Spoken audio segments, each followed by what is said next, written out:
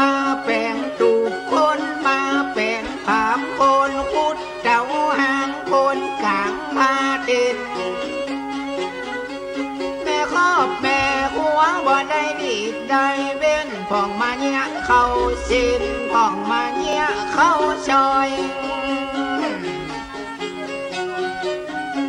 พ่องมาล้างถ้วยพ่องมาล้างอย่างอันนี้สูงขุนจานเจ้าใดว่าจังแม่ครอบแม่ผัววันนี้อย่างนั้น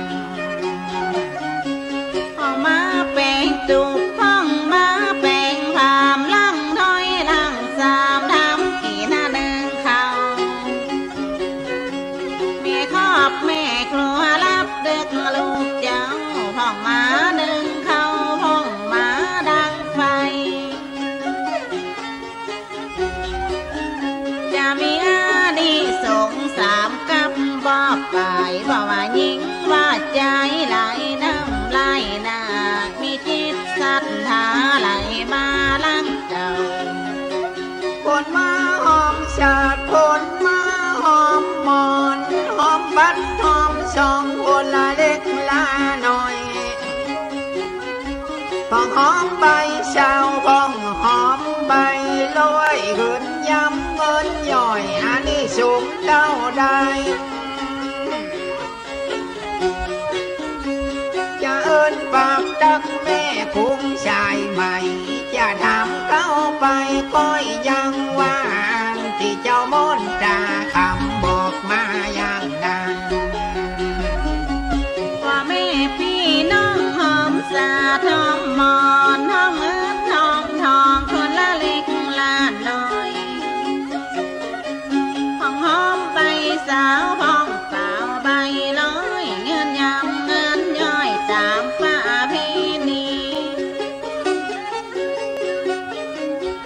จะมีอาดีสงสีกับบ่ไปเพราะว่ายิ่งว่าใจบ่เจ้าแม่เจ้าอาดีสงของเขามีหลายมากมายคนแฝงจ้องอ้อยต้นดอกต้นกันพ้องห่างใบสีงามนี้นอเจ้ามีอานิสงส์เจ้าได้จะเจ้าการบวชลูกบวชเจ้าปิ่นธรรมดาว่าสิเดียวนมไก่เก้ากีชาวันนี้วันดาวันวาวันห่างวันผูกญาติดานความตนญาตินามห้องแปลงจนดอกห้องห้างใบสีอันนี้สงหากมีสามกับปีเจ้าแม่ออกสัตว์หาไหลมาลังเต้าพี่น้องเขาเจ้าละมีการมีงานแม่ออกสัตว์หาห่างขันใบสีตาป้าพี่นี้เจ้าเหนือย่างนั้นลำดับลำพานาของการพี่น้องว่าคนจับเป็กนั้นได้เจ้าได้อันนี้สูงผลการค่อยแหมนอเจ้า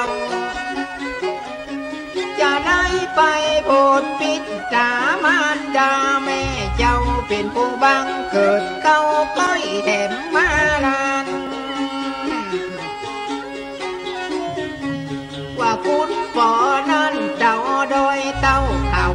ว่าคุณแม่เฮาเจ้าน้ำแม่กวางเจ้าอย่างมาป่านโนลาอย่างนานคนที่จะเป็กได้ลายได้นักได้64กับเมืองอานิสงส์พี่น้องทุกคนอานิสงส์แพ่กวางที่เปิ้นได้เกิดที่เปิ้นได้สร้างบ่ได้ตกสาลังนาบุญสมปานนาบุญเปิ้นนักสมปานเปิ้นหลายมีลูกพ่อใจได้เป็นพระเป็นเจ้าจะเป็นห้องเป็นเงาของเจ้าพี่จะหล่อนต่อไป ลำนับไปสียังป่าเพนี่อย่าเอาขวัญหน้าเจ้าจงหวังเจอนายสีไก่มาเจ้าตั้งผู้แก่ผู้เฒ่าตกแต่งห้างดังมองห่างเจ็ดจันยังขันใบสีดอกไม้ปีนจีงามดีวันไวจักถามเข้าไปนอลาอย่างนานใบสีเจ็ดจันหมายถึงอันใดเมื่อสถาบันไก่ตกดาเต็งยองดอกไม้ลายสีเจ้านายพี่น้องมีตั้งดอกจานล้อมเข็มใจเข็มงามดอกพุดดอกซ่อนโกลาบใจเหินยังจ้างยังเงินสามปอยยังพึงกระสมปะสมปืนแต่งดาไว้แล้วใบสีเจ็ดจันหากมีความหมายจะบอกคือใจบอกกายมาเจ้าหมายถึงพระธรรมเจ็ดกับปีนั้นเล่าพระพุทธเจ้าไปโปรดแม่มารดาเป็นข้าเขาป้อนแล้วยังน้ำนงได้จบได้จงแต่เล็กแต่น้อยได้กึดตาปล่อยดอกตัวพี่น้อยใบสีห้าจันหมายถึงอันใดเมื่อสถาบันไก่ต้มดาเต็งยองมีทั้งนกแมวเต็งดาบำพร้อมดอกไม้เขาซ้อมลายสีดีงามอย่าเอิ้นปากดักอย่าไปดักเสียงทานอีน้องคนงามได้มาโซตีนี่จะลำรับขันใบสีงามดีอย่างงานใบสีห้าจันนั่นมีความหมายจะบอกใจหมายถึงขันหาตามลาดีถึงบ่ได้ยกจ้าหมายถึงขันหาเนื้อตัวใจลาเมื่อตักถามแล้วมันอย่าไปเป็นอย่างตัวไล่นางจักไข่นั่งไกลเปิดมีงานในอะไรไปนั่งก่อนขันตากังหากับขันหาใบเปิดเอาขันใดตั้งก่อนจ้าจำเรียกว่าขันหาตักที่นอเจ้าอาจจะถามขันเก้าก้อยแถมต่อไปอันนี้ลำดับยังขันใบสีเมื่อฉันวันดีจะเอาขวัญหน้าเกลวเอาขวาด้านเป็นแถวนอลาอย่างนานขันห้าจังหากับขันห้าใบเอาขันใดจังก่อนน่าอย่าไปใจอ่อนเนื้อพี่คำหายจะบันลาย้ายใจพี่เจ้าเอาวิลูป้าขันจังก่อนนั้นแล้วหากเป็นขันเก้านอตัวใจลำเจ้าพี่น้องมีงานมีการที่ใดไปวานจ้างซอข้าเจ้าจะมานั่งเมาเจ้าพี่น้องวิลูฟ้าขันหมายถึงอันใดอาญาถามเข้าไปแล้ว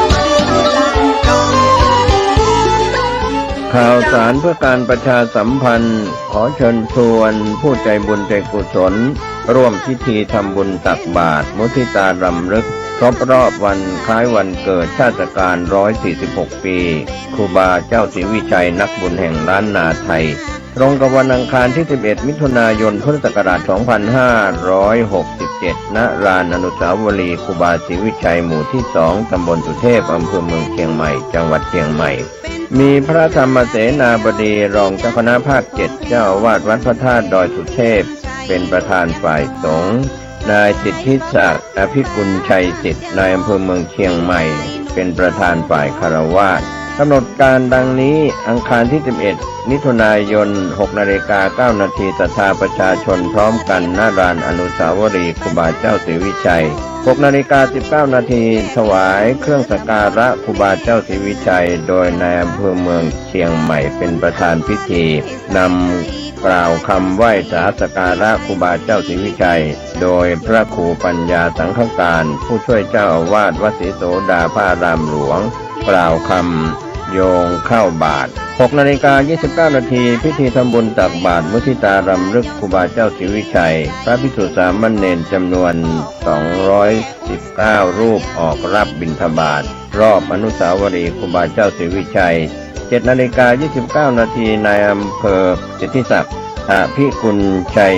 สิทธิ์นายอำเภอเมืองเชียงใหม่ประธานฝ่ายคฤหัสถ์จุดเทียนธูปบูชาพระรัตนตรัยไหว้พระสมาทานศีลประธานฝ่ายสงฆ์มี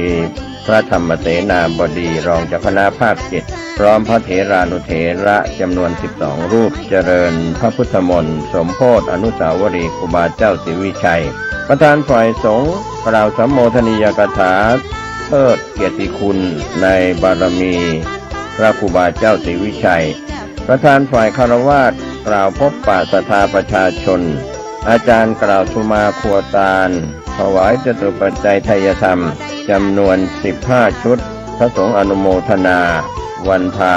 ราพระถวายภัตตาหารเช้าแด่พระเถรานุเถระณ ลานอนุสาวรีย์จำนวน12รูป 9 นาฬิกาพิธีเปิดโครงการบริการประชาชนสักการะครูบารักษาห้วยแก้วประจำปีพุทธศักราช 2567 โดยนายสิริพรสิริโสดาผู้อำนวยการสำนักงานคุมประพฤติจังหวัดเชียงใหม่นำสมาชิกและผู้ถูกคุมประพฤติตลอดถึงอาสาสมัครคุมประพฤติจังหวัดเชียงใหม่60คนบริการสังคมโดยพัฒนาทำความสะอาดรอบอนุสาวรีย์ครูบาศรีวิชัยพร้อมเส้นทางขึ้นดอยสุเทพตามโครงการสักการะครูบารักษาห้วยแก้วประจำปี 2567 เป็นเสร็จพิธีก็เป็นการเชิญชวนคณะสงฆ์คณะศรัทธาและผู้มีความเคารพนับถือในตัวครูบาเจ้าศรีวิชัยในพิธีทำบุญตักบาตรมุทิตารำลึกครบรอบวันคล้ายวันเกิดชาติการ146 ปีครูบาเจ้าศรีวิชัยนักบุญแห่งล้านนาไทยช่วงเช้าอังคารที่ 11 มิถุนายนเวลา 6 นาฬิกาเป็นต้นไปณ ลานอนุสาวรีย์ครูบาศรีวิชัยหมู่ที่ 2 ตำบลสุเทพอำเภอเมืองเชียงใหม่จังหวัดเชียงใหม่เชิญทุกท่านร่วมงานนี้โดยพร้อมเพรียงกัน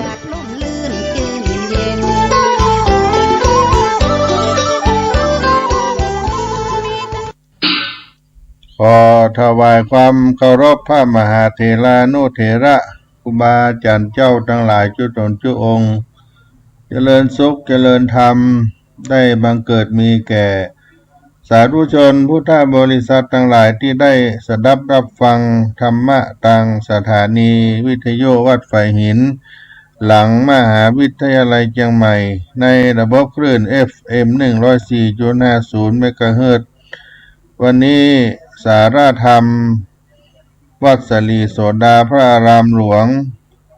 เสียงธรรมพระธรรมจาริกได้มาปะพบกับท่านสาธุชนท่านผู้ฟังทั้งหลายในวันที่27 พฤษภาคมพุทธศักราช 2567 ก็เป็นวันจันทร์ในใต้สัปดาห์ของเดือนพฤษภาคม 2567 นี้โดยอาตมาภาพท่านพระครูปัญญาสังฆการได้มาพบกับพี่น้องท่านผู้ฟังทั้งหลายช่วงนี้ฟ้าฝนก็โปรยปลายกันลงมา จุ่มเนื้อเย็นใจหลังวิสาขบูชามานี่ก็จุ่มเย็นกันเนาะญาติโยมทั้งหลายทางวัดสลีโสดาพระอารามหลวงก็มีพุทธบริษัทสาธุชนที่ได้มาร่วมกินร่วมทานสนับสนุนการเผยแผ่งานพระพุทธศาสนาโดยเฉพาะการทำบุญถวายภัตตาหารเพลถวายน้ำดื่มน้ำปานะถวายเครื่องใจบริโภคอุปโภคตลอดถึงเครื่องใจในโรงฉันโรงครัว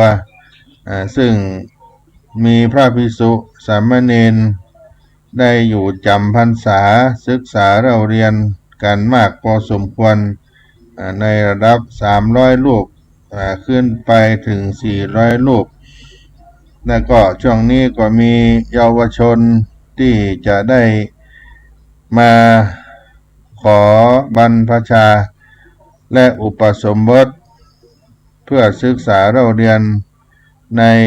ภาคสามัญปริยัติ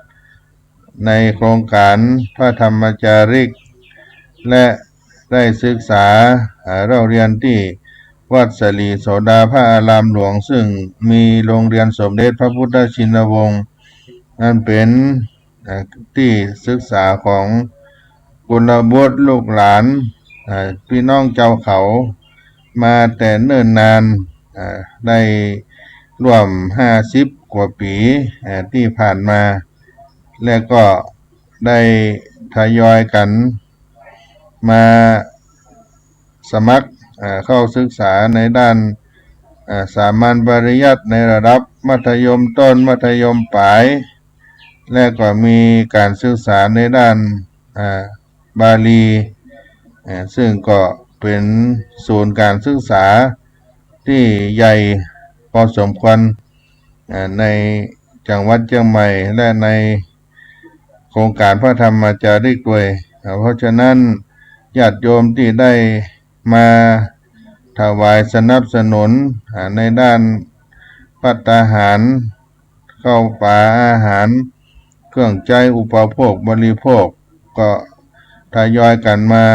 เป็นลำดับในการนี้ในนามของคณะสงฆ์วัดสลีโสดาพระอารามหลวงจังหวัดเชียงใหม่มีพระเดชพระคุณพระธรรมวชิรโกศลที่ปรึกษาเจ้าคณะภาค7เจ้าอาวาสวัดสลีโสดาพระอารามหลวงก็ขออนุโมทนาไปยังมูลศรัทธาก็ออกไม่ออกศรัทธาที่ได้มาสนับสนุนให้กิจกรรมการเผยแผ่งานพระพุทธศาสนาได้เจริญรุ่งเรืองสืบไปในช่วงเดือนมิถุนาเดือนกรกฎาก็จะเปิดรับสมัครผู้บวชทั้งการศึกษาและบวชเข้าพรรษาทุกปีก็จะได้มาอบรมอยู่ที่วัดศรีโสดาพระอารามหลวงก่อนที่จะเข้าพรรษาในช่วงปลายเดือนมิถุนาและก็ต้นเดือนกรกฎาคมนี้ก็จะได้เข้ามาอบรมแล้วลงไปบรรพชาอุปสมบทที่วัดเบญจมาบพิตรดุสิตวนารามแล้วก็กลับมาบวชแล้วกลับมาศึกษาเล่าเรียนอยู่ที่วัดสลีโสดาพระอารามหลวงสำหรับฆราวาสที่จะบวชระยะสั้นหรือเยาวชนที่จะขอบวชในช่วงจำพรรษาก็สามารถกันได้พระธรรมจาริกทุกแห่งทุกอาสมก็ได้นำเอาฆราวาสกุลบุตรพี่น้องเจ้าเขามาสมัครกันได้เราจะรวบรวม ในบัญชีการสมัครบรรพชาอุปสมบทในวันที่28 มิถุนายน28 มิถุนายนเป็นวัน รายงานตัวต่อคณะผู้ที่ได้ขอบรรพชาอุปสมบทก็เชิญชวนพุทธศาสนิกชนได้ร่วมเป็นเจ้าภาพในการบรรพชาอุปสมบทเจ้าเขาประจำปีพุทธศักราช 2567 ในปีนี้ ทุกวันทางคณะสงฆ์วัดสลีโสดาพระอารามหลวงก็รับบริจาคที่พระอุโบสถชั้นที่หนึ่งของวัดสลีโสดาพระอารามหลวงก็มีเจ้าหน้าที่ตั้งศูนย์พัฒนาราษฎรบนพื้นที่สูงจังหวัดเชียงใหม่เปิ้นก็ได้จัดเจ้าหน้าที่มาช่วยรับบริจาคเมื่อบริจาคแล้วก็จะมีใบอนุโมทนามอบปันให้กับผู้ที่ได้ร่วมเป็นเจ้าภาพในเบื้องต้นก็ได้เปิดบุญทุกปีในการบรรพชาและอุปสมบทรูปละ 2,500 บาทโดยรวมเฉลี่ยในการบรรพชาอุปสมบททั้งหมดได้ซื้อเครื่องหัตถบริขารได้มอบถวายให้กับผู้บวชและได้อบรมในการก่อนที่จะเข้าบรรพชาอุปสมบทเพราะฉะนั้นก็บอกบุญกุศลกับพี่น้องท่านผู้ฟังในต้นรายการนี้เพื่อจะได้รับทราบมีส่วนร่วมในการสนับสนุนการบรรพชาอุปสมบทหมู่เจ้าเขาในโครงการพระธรรมจริกในเมตตาธรรมพระเดชพระคุณพระธรรมวชิรโกศลวัดสลีโสดาพระอารามหลวงได้เปิดรับบุญถวายทานกับพี่น้องทุกวันตั้งแต่ 8 โมงถึงเวลา 16 นาฬิกาก็มาติดต่อได้ที่พระอุโบสถชั้นที่หนึ่งวัดสลีโสดาพระอารามหลวงศรัทธาญาติโยมทั้งหลายการได้ มาร่วมบุญกุศลก็ถือว่าได้เป็นผู้มีศรัทธาก็คือความเลื่อมใสความประสาทะได้ยกยอเอาคุณบุตรลูกหลานของพี่น้องเจ้าเขาที่ได้มีโอกาสได้มาศึกษาเราเรียนในพระพุทธศาสนาญาติโยมก็มาร่วมบุญกันได้เพราะฉะนั้นในทางพระพุทธศาสนาเปิ้นก็ได้กล่าวถึงความศรัทธาในพระพุทธศาสนาเป็นความรู้ว่าเป็นอย่างไรซึ่งหลวงพ่อพุทธทาสภิกขุเปิ้นก็ได้สอนให้เฮาท่านทั้งหลายได้มีความศรัทธาประสาทะนอกจากนั้นแล้วก็ความเป็นชาวพุทธของเราเกิดมีศรัทธาประสาทะได้เกิดขึ้นเพราะว่าศรัทธานั้นเราก็ได้ยินกันตั้งแต่เราเป็นละอ่อนจนใหญ่ขึ้นมาจนมีอายุมีความรู้ได้รับการศึกษาแล้วก็ศรัทธาในทางพระพุทธศาสนานั้นก็แปลว่าเชื่อโดยปราศจากความสงสัยเพื่อในความสงสัยในการตรัสรู้ของพระสัมมาสัมพุทธเจ้าการที่ใครจะเชื่อมดสงสัยก็แสดงว่าบ่ได้เชื่อบ่ใช่อาการที่ใครจะเชื่อจนมดสงสัยก็แสดงว่าบ่ใช่ความเชื่อตามกันมาแต่เป็นความเชื่อที่ได้จากที่ได้เจาะลึกจนกระทั่งเข้าใจเหตุผลนั่นแล้วเพราะฉะนั้นคำว่าศรัทธาคำเดียวก็เป็นเรื่องที่เราจะดูเบาบ่ได้เสียแล้วในเบื้องต้นที่ข คนที่จะมีศรัทธาคือความเชื่อเพราะหมดสงสัยในการตรัสรู้ของพระสัมมาสัมพุทธเจ้านั้นตถาคตผู้ที่ศรัทธาความเชื่อโดยปราศจากความสงสัยในการตรัสรู้พระสัมมาสัมพุทธเจ้าศรัทธาในพระพุทธศาสนาที่เราแปลกันโดยชัดๆมีศรัทธาความเชื่อเพราะหมดสงสัยในการตรัสรู้ของพระสัมมาสัมพุทธเจ้าต้องประกอบด้วยเหตุ2ประการก็คือ 1. ได้ควรคว้าเจาะลึกในเรื่องราวประวัติการสร้างบารมีของพระองค์มากพอสมควรอันที่ 2. ได้ศึกษาในขั้นตอนในการตรัสรู้ของพระสัมมาสัมพุทธเจ้ามาอย่างชัดเจนในทางปฏิบัติถ้าถามว่าคนที่จะเข้าใจเรื่องนี้ทำได้ยากอย่างใดก็คงบ่ง่ายนักเพราะคนที่จะเข้าใจได้เรื่องได้จริงนั้นนอกจากศึกษาพุทธประวัติหรือประวัติของพระองค์มาอย่างละเอียดแล้วก็ยังจะต้องศึกษาเรื่องสมาธิมาอย่างลึกซึ้งและเคยทดลองฝึกสมาธิจนกระทั่งได้รับผลการปฏิบัติในระดับใดระดับหนึ่งแล้วจึงจะหมดสงสัยถ้าคนนั้นยังบ่เคยฝึกสมาธิก็ยากที่จะเข้าใจในขั้นตอนการตรัสรู้หรือแม้เคยฝึกมาท่องแล้วแต่ยังบ่ถึง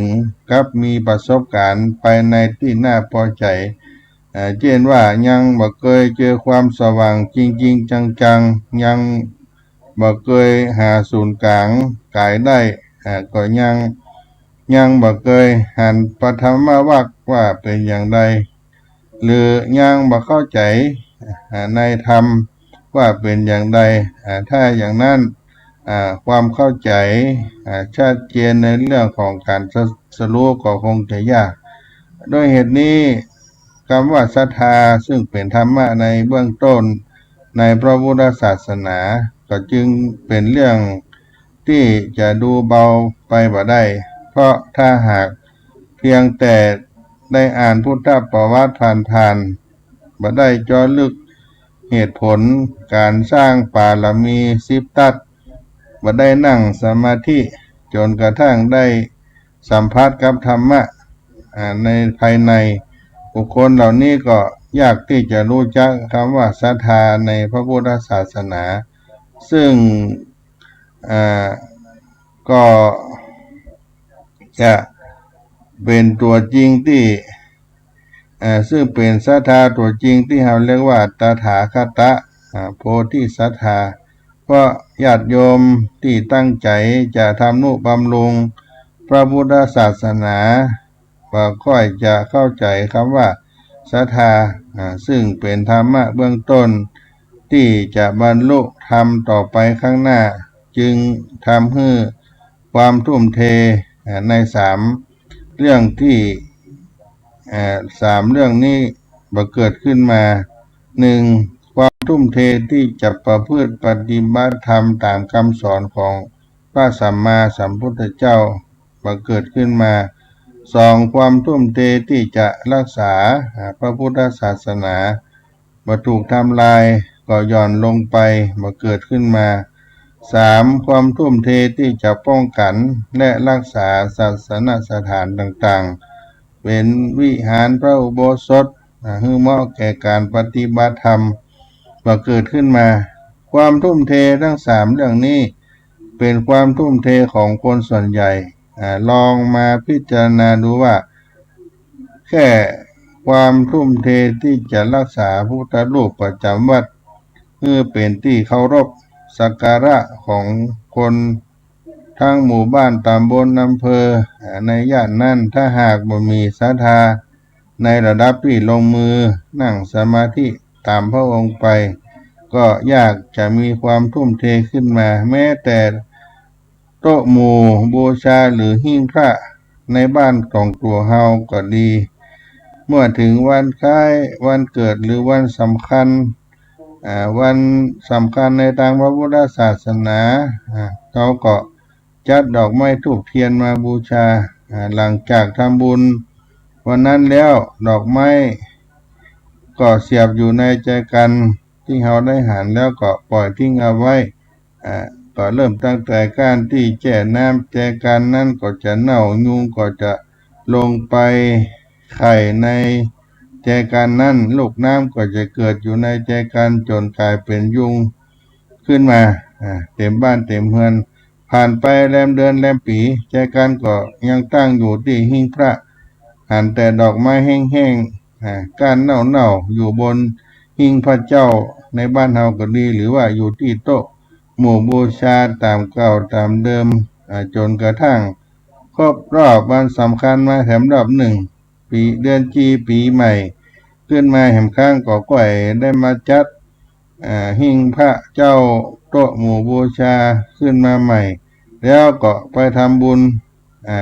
แถมข้างหนึ่งดอกไม้เจ้าพูดก็คงเหลือน้อยเดียวเหลือดอกเดียวช่อเดียวบูชาตลอดปีบูชากระทั่งตั้งแต่สดใสสดชื่น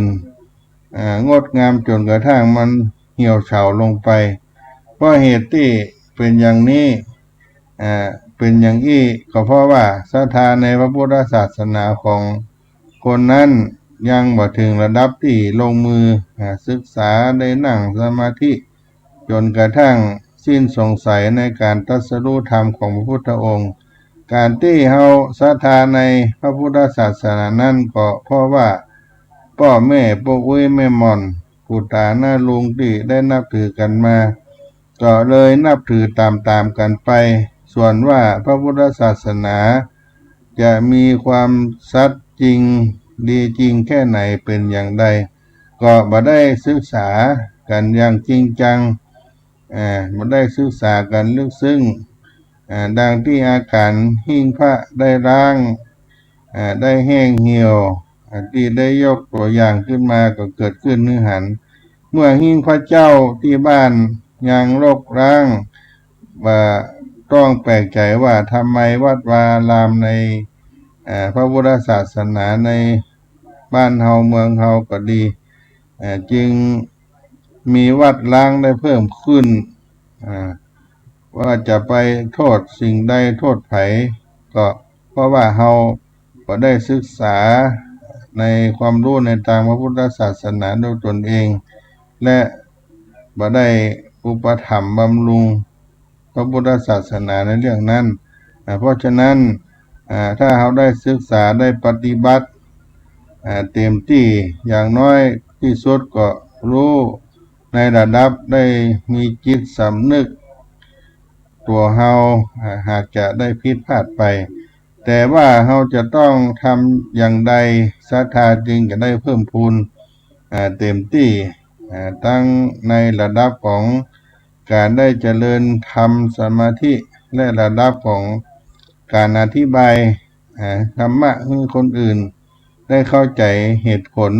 ได้ลงมือปฏิบัติตามองค์สมเด็จพระสัมมาสัมพุทธเจ้าไปนี่ก็เป็นศรัทธาที่จะต้องใจการฝึกฝนให้เกิดความสามารถยกความรู้ขึ้นแถมระดับหนึ่งอุปมาเปรียบเหมือนหัวรถจักรกับขบวนรถไฟหัวรถจักรที่ใจลากขบวนรถไฟต้องมีแรงมากพอจะขับเคลื่อนตัวเองและก็มีแรงมากพอจะดึงขบวนรถไฟทั้งขบวนให้วิ่งตามไปด้วยถ้าหัวรถจักรมีแรงขับเคลื่อนน้อยเดียวก็ขับเคลื่อนไปได้เฉพาะการเคลื่อนที่ของตัวเองเท่านั้นบ่สามารถดึงขบวนไปได้ถ้าหัวรถจักรนั้นออกแบบก่อสร้างมาอย่างดีเมื่อมีแรงขับเคลื่อนมากก็สามารถดึงขบวนรถไฟทั้งขบวนไปได้แต่ในบรรดาหัวรถจักรที่มีกำลังมากก็ยังมีกำลังลากแบ่งเป็นหลายระดับบางประเภทก็ดึงรถไฟได้ขบวนเล็กขบวนกลางขบวนใหญ่ซึ่ง ก็ขึ้นอยู่กับพลังขับเคลื่อนของหัวรถจักรนั้นศรัทธาของคนเฮาก็เช่นกันถ้าคนที่บ่ได้ตั้งใจฝึกปฏิบัติเต็มที่บ่ได้ฝึกปฏิบัติอย่างเต็มที่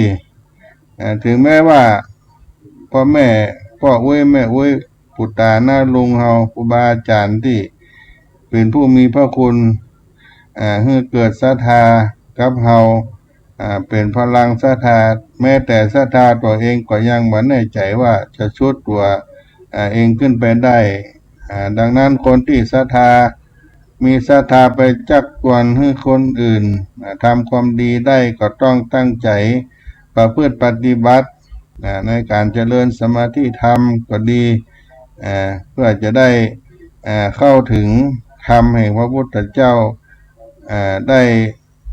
ชัดขึ้นและให้มีกำลังใจของเฮานั้นได้ปฏิบัติธรรมเพิ่มเติมขึ้นมาเพราะฉะนั้นเฮาต้องเริ่มที่ศรัทธาของตัวเฮาต้องพยายามประพฤติปฏิบัติให้ดีในแต่ละวันรักษาธรรมให้จิตใจเฮาได้งดงิดไปในตามอารมณ์เพราะคนเฮาที่อยู่ด้วยกันบอกว่าเปิ้นบอกว่าเฮาก็ยังมีข้อบกพร่องอยู่เพราะยังบ่หมดกิเลสด้วยกันทั้งคู่โอกาสที่จะให้เกิดความงดงิดต่อกันก็เกิดขึ้นได้นอกจากบังคับตัวเองให้ดีที่จะบ่ไปทำอย่างที่บ่เหมาะบ่ควรที่จะบ่ไปกระทบกระทั่งกับคนอื่นให้งดงิดด้วยแล้วก็ต้องพยายามรักษาใจของเฮาให้สงบทักใจให้เฮาได้ฝึกใจเฮาให้ได้จุ่มเย็นอยู่ในความเป็นสมาธิอยู่ได้เสมอพยายามฝึกตนเองเช่นนี้โอกาสที่จะได้รู้ในด้านจิตใจของเฮาและก็ได้ถึงธรรมะในพระพุทธเจ้าโดยศรัทธาที่เขาเรียกว่าตถาคตโพธิศรัทธาซึ่งเป็นศรัทธาที่ในระดับทุ่มชีวิตจิตใจคือการทำนุบำรุงพระพุทธศาสนาก็จะบังเกิดขึ้นอย่างมั่นคงว่าจะมีอุปสรรคใดเกิดขึ้นก็บ่หวั่นไหวโยกคลอนไปจากพระสัมมาสัมพุทธเจ้าในธรรมของพุทธเจ้าเมื่อเฮาอิ่มในบุญอยู่กับพระสัมมาสัมพุทธเจ้าในธรรมแล้วกำลังใจที่เฮาจะได้ฟื้นฟูพระพุทธศาสนาวัดวาอารามต่างๆประพฤติปฏิบัติธรรมก็จะบังเกิดขึ้นกับเฮาได้เป็นมาคาทางแห่งไปสู่สวรรค์นิพพานแล้วก็จะแก้ไขปัญหาอุปสรรคต่างๆที่เกิดขึ้นในตัวเฮามีความเจริญรุ่งเรืองในพระพุทธศาสนาเมื่อศรัทธาตัวเฮาที่ได้จากการเข้าถึงธรรมประพฤติธรรมเกิดขึ้นแล้วก็จะได้ฟื้นฟูพุทธศาสนาให้รุ่งเรืองไปตลอดนานเท่านานเพราะฉะนั้นก็ให้ได้มีความศรัทธาเกิดขึ้นกับตัวเฮาบ่ได้หวั่นไหวมีสมาธิมีปัญญาได้เกิดขึ้นเฮาจะทำนุบำรุงพระพุทธศาสนาเข้าวัดวาอารามต่างๆได้กินได้ทานก็เพราะเฮาเกิดความศรัทธาเพื่อจะได้ตั้งมั่นในการที่จะเป็นสิ่งที่ได้ยึดเหนี่ยวศรัทธาในทางพระพุทธศาสนาของเฮาบอกว่าเฮาจะทำสิ่งไหนอันใดไปในไปนอกก็จะดำเนินชีวิตอย่างไรก็ตามทางงานอย่างไรก็ตามเฮาก็มีศรัทธาลึกอยู่ในใจเป็นพื้นฐานอย่างแน่นแฟ้นเป็นความเชื่อในสิ่งที่สูงสุดสิ่งที่เป็นเครื่องเชิดชูกำลังใจว่าเป็นเสียงที่ได้เชิดชูกำลังใจว่าว่าเฮาจะมีชีวิตอยู่อย่างใดก็ตามเฮาก็มีสิ่งที่เฮาเคารพนับถือบูชาในสิ่งที่ดีที่สุดที่เฮาฮู้แม้ว่าจิตใจของเฮาจะอยู่ในยามที่บ่มีอย่างเกี่ยวข้องพัวพันเมื่อ นึกถึงสิ่งเหล่านั้นแล้วเฮาก็มีความสบายใจบ่อ้างว้างบ่เลื่อนลอยไร้ความหมายเช่นผู้ที่นับถือพระพุทธศาสนามีความเชื่อความเคารพในพระรัตนตรัยคำว่ามีศรัทธาในพระพุทธศาสนาก็หมายถึงมีศรัทธาในพระรัตนตรัยในพระพุทธในพระธรรมในพระสงฆ์ศรัทธาในพระพุทธศาสนาศรัทธาในพระพุทธเจ้าหมายความว่าเฮาหันว่ามีบุคคลที่มีชีวิตที่ดีที่สุดเป็นตัวอย่างเป็นแบบอย่างการที่ได้เข้าถึงความจริงเข้าถึงความสมบูรณ์แห่งศักยภาพของความเป็นมนุษย์เป็นเครื่องยืนยันว่ามนุษย์เฮาทุกคนมีศักยภาพพัฒนาตนได้จนเข้าถึงความรู้ความดีงามมีปัญญาและคุณธรรมสูงสุดแต่จะต้องเพียรพยายามเข้มแข็งในการ พัฒนาศักยภาพของตนเฮามีความเชื่อมั่นความเชื่อและมั่นใจอย่างนี้เขาก็มีกำลังใจในเวลาที่บ่ได้เกี่ยวข้องบ่ได้ยุ่งกับภารกิจการงานอย่างอื่นจิตใจก็จะมาผูกพันอยู่กับความรู้สึกนี้อันนี้ก็เป็นหลักอย่างหนึ่งในทางจิตใจซึ่งทำให้จิตใจบ่ว้าเหวศรัทธานี้นอกจากเป็นแรงส่งจิตใจของเฮามีแรงทำงานทำการแล้วก็ทำให้จิตใจบ่ว้าเหวด้วยคนเฮานี่เวลาอยู่ว่างๆมามีอันอย่างทำบ่มีงานทำว่างจากงานบางทีก็เกิดอาการอ้างว้างว้าเหวเหนื่อยหน่ายหรือว่าเหงาเกิดขึ้นมาทำอย่างใดจะให้หายเหงาได้ก็ต้องมีสิ่งที่เป็นหลักยึดเหนี่ยวในใจศรัทธาความเชื่อในทางศาสนานี้มาเป็นหลักมาเป็นเครื่องให้กำลังใจในเวลาที่บ่มีสิ่งอื่นทำอยู่หรือบ่มีงานที่ทำอยู่หรือแม้บ่มีคนอื่นอยู่คนเฮาตามปกติจะต้องมีเพื่อนมีฝูงจึงบ่ได้ง่อมได้เหงาบางทีเพื่อนก็บ่อยู่กับเฮาก็อาจจะอยู่คนเดียวในเวลานั้นอาจจะเกิดความว้าเหวง่อมเหงาขึ้นหรือบางทีทั้งที่มีเพื่อนมีฝูงเพื่อนก็บ่สามารถเข้าไปในจิตใจที่ลึกซึ้งของเฮาได้บางทีเฮาก็มีความต้องการบางสิ่งบางอย่างที่แม้แต่เพื่อนก็บ่อาจสนองได้ใจเฮาก็ว้าเหวง่อมเหงาแต่ถ้าเฮามีศรัทธาเป็นหลักในใจอยู่ใจก็บ่อ้างว้างคนที่บ่มีศรัทธาอยู่ในใจใจอาจจะเหงาอาจจะว้าเหวเกิดขึ้นมาบ่อยๆได้อยู่เสมอในโลกปัจจุบันนี้ชีวิตวุ่นวายซับซ้อนมากความซับซ้อนวุ่นวายนี้บางครั้งก็ทำให้รู้สึกม่วนงันแต่บางครั้งก็รู้สึกความทุกข์ว้าวุ่นเกิดขึ้นดังนั้นในเวลาที่เฮาว้าวุ่นเหล่านี้บ่มีในสิ่งที่วุ่นวายเหล่านี้บ่มีเฮาอยู่สงบว่างใจของเฮาบางครั้งก็สบายเพราะในเวลาที่มีความรู้สึกว่าเรื่องวุ่นวายใจมีอะไรอย่างแก้กะทำให้เกิดความยุ่งยากมากถ้าจิตใจของเฮาได้ว่างเว้นจากสิ่งเหล่านี้แล้วก็รู้สึกสงบสบายแต่บางครั้งเฮากลับต้องการความวุ่นวายนั้นคล้ายกับว่ามันทำให้มีชีวิตชีวามีรสชาติเกิดขึ้นกับตัวเฮาเพราะ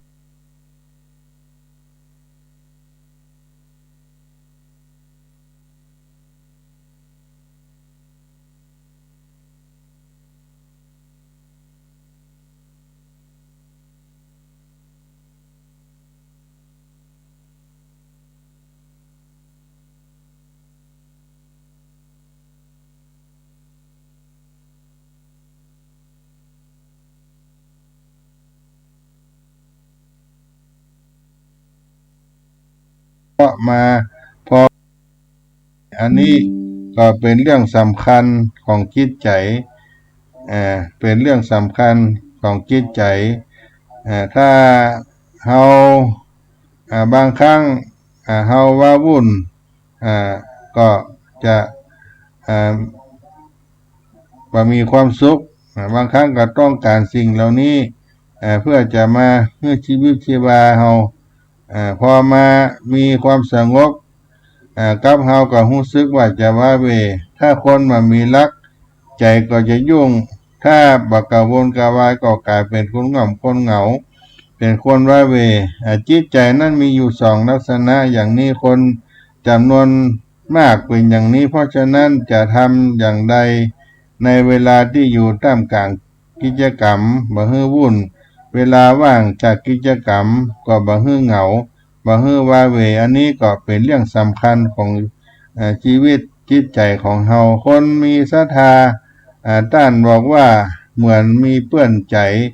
เปื้อนที่อยู่ในใจทำให้ใจมาเงาบ่ว่าเวในทางพระพุทธศาสนาบอกว่าศรัทธาเป็นเปื้อนประจำใจของตัวเองบอกว่าเฮาจะมีเปื้อนไป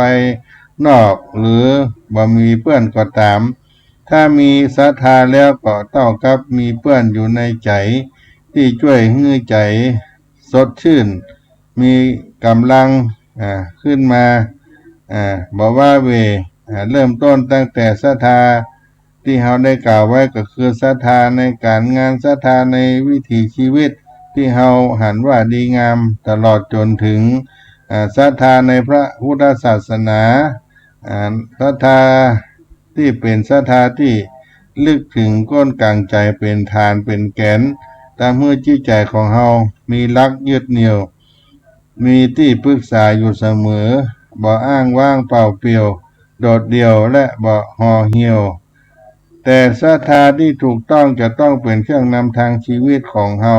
บ่ใช่ว่าเฮาจะมีชีวิต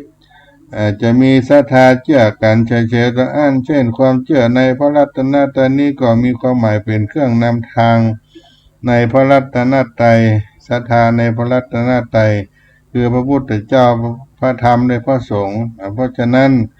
เราก็จะต้องมีความศรัทธาเกิดขึ้นอันนี้ก็เป็นเรื่องความศรัทธาใน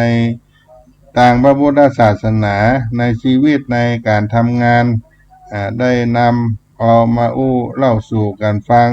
ครับพ่อแม่พี่น้องศรัทธาท่านสาธุชนท่านผู้ฟังในเวลายามบ่ายในวันนี้สารธรรมในวัดสลีโสดาพระอารามหลวงโดยอาตมาภาพท่านพระครูปัญญาสังฆการได้มาพบกับพี่น้องกันในยามบ่ายก็ฟ้าฝนได้ตกทางลงมาอยู่ญาติโยมในวันนี้ตั้งแต่เมื่อคืนคดมาหาค่อนแจ้งแล้วก็กลางวันก็มีฝนตกลงมากันอยู่เกิดความชุ่มเนื้อเย็นใจกันได้รับบรรยากาศหลังจากที่ร้อนอบอ้าวกันมานานพอสมควรก็ให้มีความชุ่มเย็นกันพักไม่ใส่เครืออาหารตามธรรมชาติก็ออกมากันในช่วงนี้เป็นพักละพักเซี่ยวพักป่าพักดอยที่ได้รับความชุ่มเย็นจากน้ำฟ้าใสฝนก็โป่งใบไข่ยอดได้มีชีวิตชีวาขึ้นมาได้กินได้บริโภคเป็นเห็ดเป็นของกินที่อยู่ในป่าในดอยก็จะเริ่มเกิดขึ้นมาโดยเฉพาะช่วงนี้ก็เห็ดหอบแต่ก็มีราคาแพงกันพอสมควรบางที่ก็ไปเสาะไปหากันก็ไปกันนักกันหลายก็เป็นเรื่องเป็นเล่ากันไปบุกลุกเข้าป่าเข้าดอยกันแต่ก็เป็นที่ทำมาหากินกันแต่ว่าในช่วงนี้บ้านเมืองเจริญขึ้นไปก็มีการแบ่งเขตแบ่งแดนกันที่เปิ่นไปเสาะไปหามากินมาขายเฮาก็บริโภคกันไปได้อยู่ตามวิถีชีวิตของเฮาเกิดขึ้นก็ม่วนอกม่วนใจกันไปเนาะศรัทธาญาติโยมจุ่มเย็นด้วยน้ำฟ้าสายฝนก็พักกันสักกรรมก่อนเนาะได้รับฟังคีตะเสียงธรรมมะคีตะจากรายการ ในช่วงบ่ายนี้สักคำก่อนเนาะ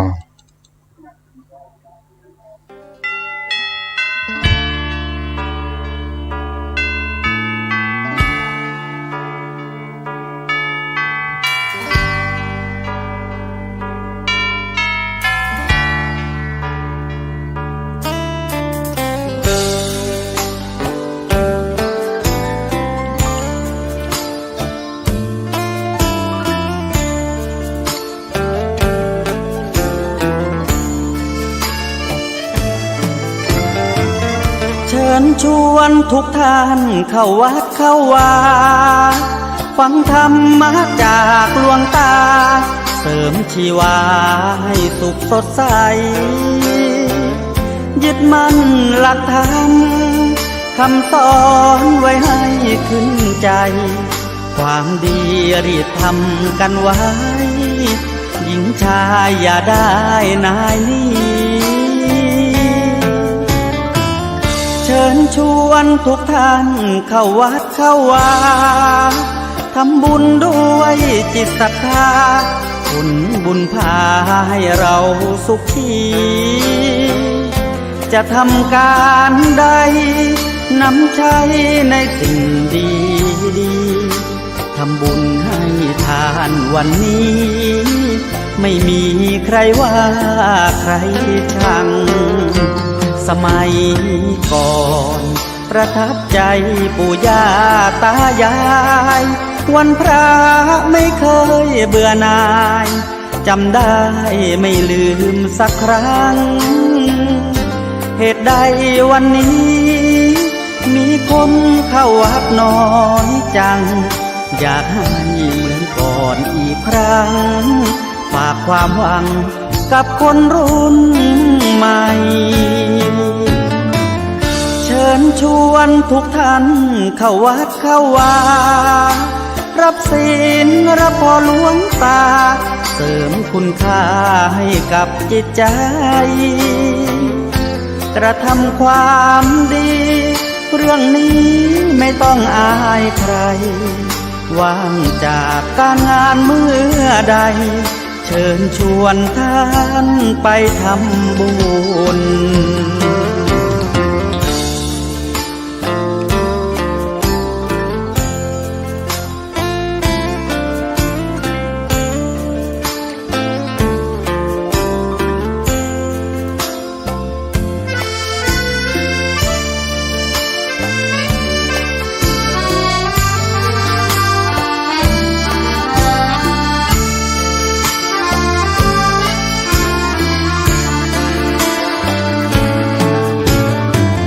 เชิญชวนทุกท่าน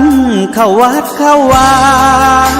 รับศีลรับพรหลวงตาเสริมคุณค่าให้กับจิตใจกระทำความดีเรื่องนี้ไม่ต้องอายใครว่างจากการงานเมื่อใดเชิญชวนท่านไปทำบุญกระทำความดีเรื่องนี้ไม่ต้องอายใครฝากเพลงเชิญชวนหญิงชายอย่าอ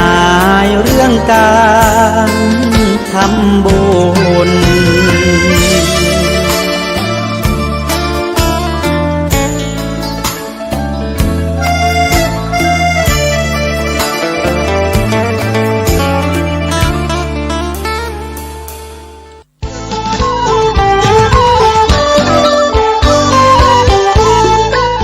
ข่าวสารเพื่อการประชาสัมพันธ์ขอเชิญชวนผู้ใจบุญใจกุศลร่วมพิธีทำบุญตักบาตรมุทิตารำลึกครบรอบวันคล้ายวันเกิดชาติการ146 ปีครูบาเจ้าศรีวิชัยนักบุญแห่งล้านนาไทยตรงกับวันอังคารที่11 มิถุนายน พุทธศักราช 2567 ณ ลานอนุสาวรีย์ครูบาศรีวิชัยหมู่ที่ 2 ตำบลสุเทพ อำเภอเมืองเชียงใหม่ จังหวัดเชียงใหม่ มีพระธรรมเสนาบดีรองเจ้าคณะภาค 7 เจ้าอาวาสวัดพระธาตุดอยสุเทพเป็นประธานฝ่ายสงฆ์นายสิทธิศักดิ์อภิกุลชัยสิทธิ์นายอำเภอเมืองเชียงใหม่เป็นประธานฝ่ายคฤหัสถ์ กำหนดการดังนี้อังคารที่ 11 มิถุนายน 6:09 น.ศรัทธาประชาชนพร้อมกันณลานอนุสาวรีย์ครูบาเจ้าศรีวิชัย 6:19 น.ถวายเครื่องสักการะครูบาเจ้าศรีวิชัยโดยนายอำเภอเมืองเชียงใหม่เป็นประธานพิธีนำกล่าวคำไหว้สาสักการะครูบาเจ้าศรีวิชัยโดยพระครูปัญญาสังฆการผู้ช่วยเจ้าอาวาสวัดศรีโสดาพระอารามหลวงกล่าวคำโยงเข้าบาท 6:29 น.พิธีทำบุญตักบาตรมุทิตารำลึกครูบาเจ้าศรีวิชัยพระภิกษุสามเณรจำนวน219รูปออกรับบิณฑบาตรอบอนุสาวรีย์ครูบาเจ้าศรีวิชัย 7:29 น.นายอำเภอสิทธิศักดิ์อภิกุลชัยสิทธิ์นายอำเภอเมืองเชียงใหม่ประธานฝ่ายคฤหัสถ์จุดเทียนธูปบูชาพระรัตนตรัยไหว้พระสมาทานศีลประธานฝ่ายสงฆ์มีพระธรรมเสนาบดีรองเจ้าคณะภาค7พร้อมพระเถรานุเถระจำนวน12รูปเจริญพระพุทธมนต์สมโภชอนุสาวรีย์ครูบาเจ้าศรีวิชัยประธานฝ่ายสงฆ์กล่าวสัมโมทนียกถาเทิดเกียรติคุณในบารมีพระครูบาเจ้าศรีวิชัยประธานฝ่ายคฤหัสถ์กล่าวพบปะศรัทธาประชาชนอาจารย์กล่าวสุมาครัวตาลถวายจตุปัจจัยไทยธรรมจำนวน15ชุดพระสงฆ์อนุโมทนาวันพาลาพระถวายภัตตาหารเช้าแด่พระเถรานุเถระณลานอนุสาวรีย์จำนวน12รูป 9 นาฬิกาพิธีเปิดโครงการบริการประชาชนสักการะครูบารักษาห้วยแก้วประจำปีพุทธศักราช 2567 โดยนายสิริพรสิริโสดาผู้อำนวยการสำนักงานคุมประพฤติจังหวัดเชียงใหม่นำสมาชิกและผู้ถูกคุมประพฤติตลอดถึงอาสาสมัครคุมประพฤติจังหวัดเชียงใหม่60คนบริการสังคมโดยพัฒนาทำความสะอาดรอบอนุสาวรีย์ครูบาศรีวิชัยพร้อมเส้นทางขึ้นดอยสุเทพตามโครงการสักการะครูบารักษาห้วยแก้วประจำปี 2567 เป็นเสร็จพิธีก็เป็นการเชิญชวนคณะสงฆ์คณะศรัทธาและผู้มีความเคารพนับถือในตัวครูบาเจ้าศรีวิชัยในพิธีทำบุญตักบาตรมุทิตารำลึกรอบวันคล้ายวันเกิดชาติการ146 ปีครูบาเจ้าศรีวิชัยนักบุญแห่งล้านนาไทยช่วงเช้าอังคารที่ 11 มิถุนายนเวลา 6 นาฬิกาเป็นต้นไปณลานอนุสาวรีย์ครูบาศรีวิชัยหมู่ที่ 2 ตำบลสุเทพอำเภอเมืองเชียงใหม่จังหวัดเชียงใหม่เชิญทุกท่านร่วมงานนี้โดยพร้อมเพรียงกัน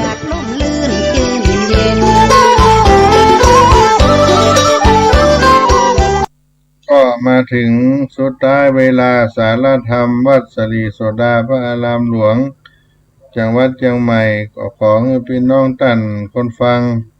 ทั้งหลายได้อยู่เย็นเป็นสุขกันทั่วหน้าก่อยปะก่อยพบกันในเวลาต่อไปวันนี้ขอความสุขจงมีแก่ทุกท่านทุกคนจัตตาโลธรรมาวัฏันตุอายุวันโนสุขังปะลัง